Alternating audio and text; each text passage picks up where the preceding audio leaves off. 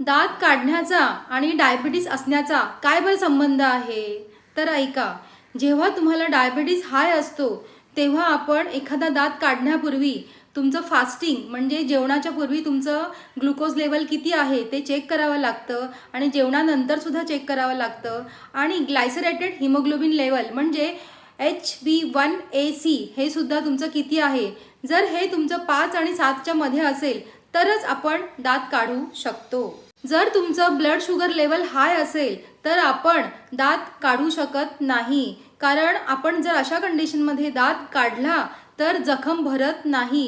कारण जखम भरण्यासाठी आपल्याला प्लेटलेट्स हव्या असतात आणि त्या क्रियेमध्ये अडथळा येतो, वुंड हिलिंग होत नाही आणि पुन्हा आपण तिथूनच अन्न खात राहतो, इन्फेक्शन होतं आणि पुन्हा आपल्याला मग मेडिसिनचा डोस साधारण 1 महिनाभर तरी चालू ठेवावा लागतो आणि कॉम्प्लिकेशनसुद्धा वाढतात.